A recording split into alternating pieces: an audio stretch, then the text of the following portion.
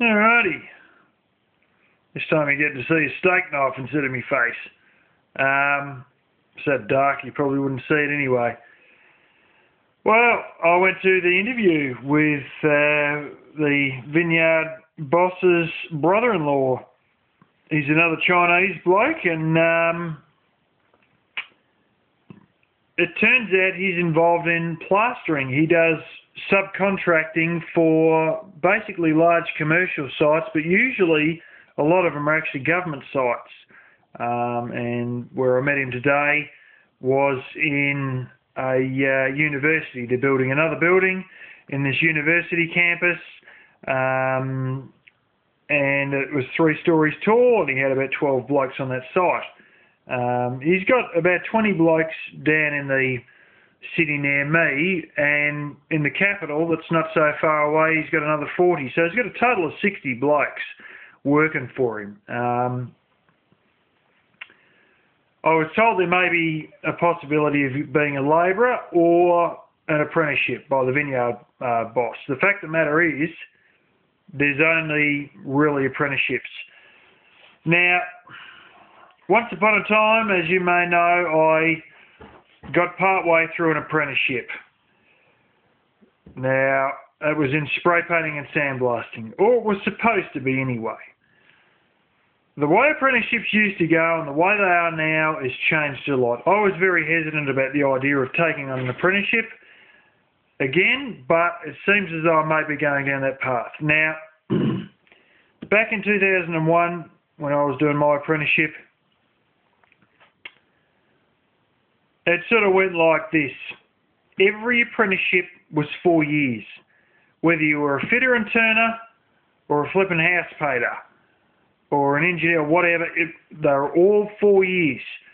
That was just the way it was. Every single one was 4 years. There's no way of speeding it up or anything.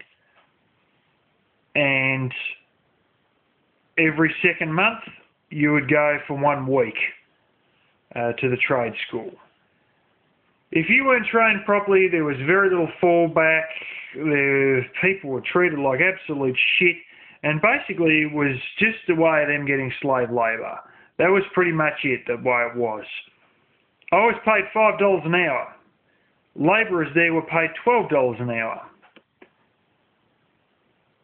Half of what I was paid was actually subsidised. So the boss was only paid about $2.50 or something like that to have me, and the other $2.50-ish was paid by the government. I mean, that's not a joke. So all this stuff about working for $2 an hour in China, well, don't worry, my boss was only paying about $2.62, I think it worked out, an hour to have me there. And the government paid the rest. And, you know, I'm not joking. Nowadays, they actually get more on welfare money. Yeah. And, you know, that was the way it was. And, you know, quite simply, I was in protective coatings and corrosion control, which was a very highly specialised version of spray painting. There was only one trade school in the state that was doing it. And then that trade school was severely disorganised. I'd never go there 1 week every 2 months. I went there 1 week the whole 19 months. And at the end of the day, when that trade school went bankrupt, it was another 6 weeks from when they found out to when they told me. In that last 6 weeks, they were busting to get me into spray painting. And it's the first time they handed me a spray gun and said, "You spray paint all day." How did they train me?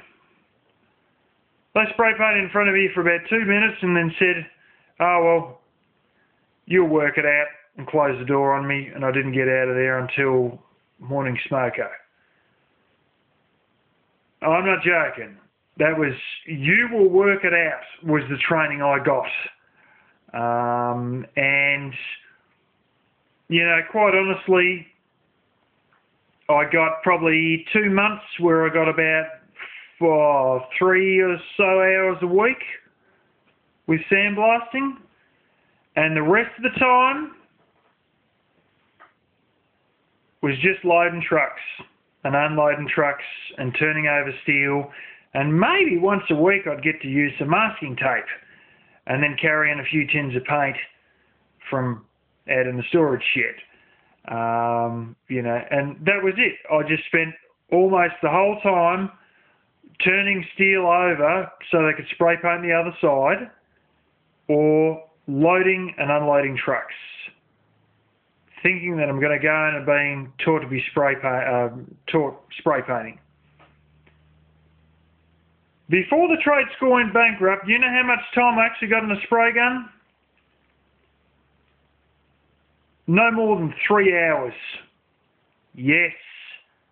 In 19 months, no more than 3 hours. And then when the trade school went bankrupt, they would make me do it all day with the instructions, you'll work it out. And I was supposed to put up with that for 4 years, but, well, I didn't have to, because after 19 months or 18 months, the trade school went bankrupt.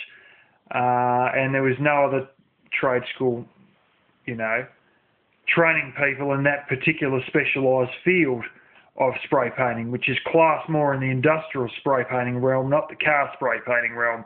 And there's quite a lot of extra bits and pieces I learned that you won't learn as a car spray painter, which I put in the video, spray painting for you noobs.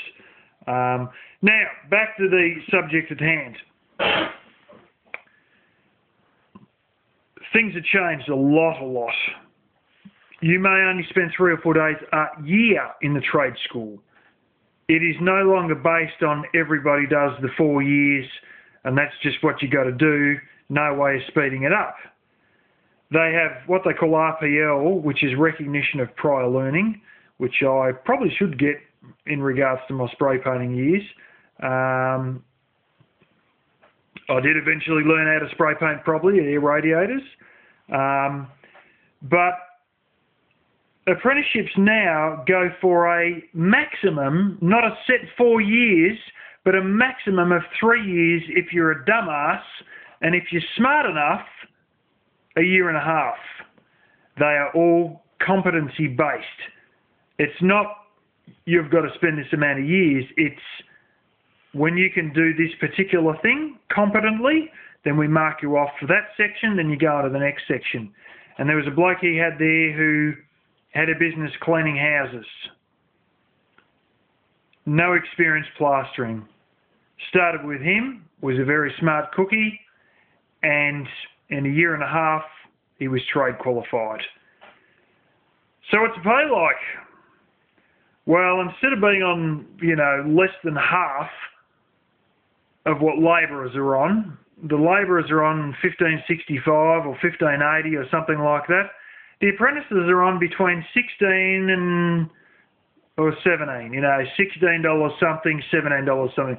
I might be on $16.80, I could be on $17.20, $17.30, who knows? We'll find out.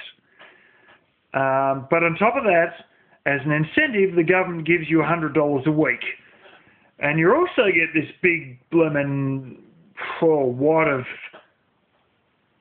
I think it's the first year it's $900 and the second year it's another $900 or something like that, dollars to spend on tools.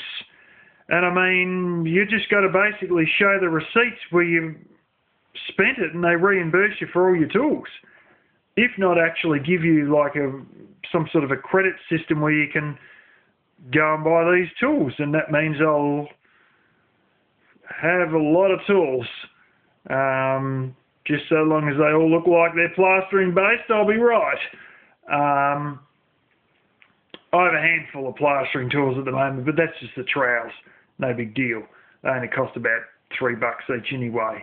And I've got about 3 of them. So, but yeah, that's the way it is. A year and a half and you can be through, you know, and the fact of the matter is by the time I get this $16 something, $17 something an hour or whatever it turns out, plus the $100 a week, I'm probably going to be short about $40 or $50 a week, less than what I was getting at the vineyard. But instead of just getting a terrible fear of snails and nightmares about getting covered in snails, I'm actually going to come out with a trade qualification. Now, when he told me It's sort of a bit different as well. When you had no real recourse originally, you used to have a tribunal you could go to. If you weren't being trained by your employer, the only way about doing anything about it was to go to the tribunal and say, I'm not being trained properly. And the tribunal would decide if you're not being trained properly. And then the employer had like 2 or 3 chances, and then they could be fined the 4th time around that they didn't train you properly. You know what had actually happened though? You'd take your employer to the tribunal and they'd sack you next week. Now it's a bit different. They have these government recognised job agencies. They make sure you're getting your $100 a week. They make sure you get your $900 worth of tools. They make sure that you are turning up to work every day in order for you to receive your $100 a week. They make sure that the boss is training you properly, and they make sure that you're organised with a trade school and that you're going to that trade school when you need to go there for 3 or 4 days a year. In all of this, it's all well organised, and instead of coming home with a fear of snails, I'm going to come home with a trade qualification. Now, here's the good bit, what I was going to get onto. What do you get when you're trade qualified? I just about fell off the chair when he said this one. $35 to $37 an hour. Oh yeah, I think I could commit to a 1.5 years for that. Let's face it, I spent about 2 years at the radiator place. As a young man, about 20 years of age, it was a bit difficult to commit to 4 years, especially when you're having the shit abused out of you every day. And you get no money. And you get no training.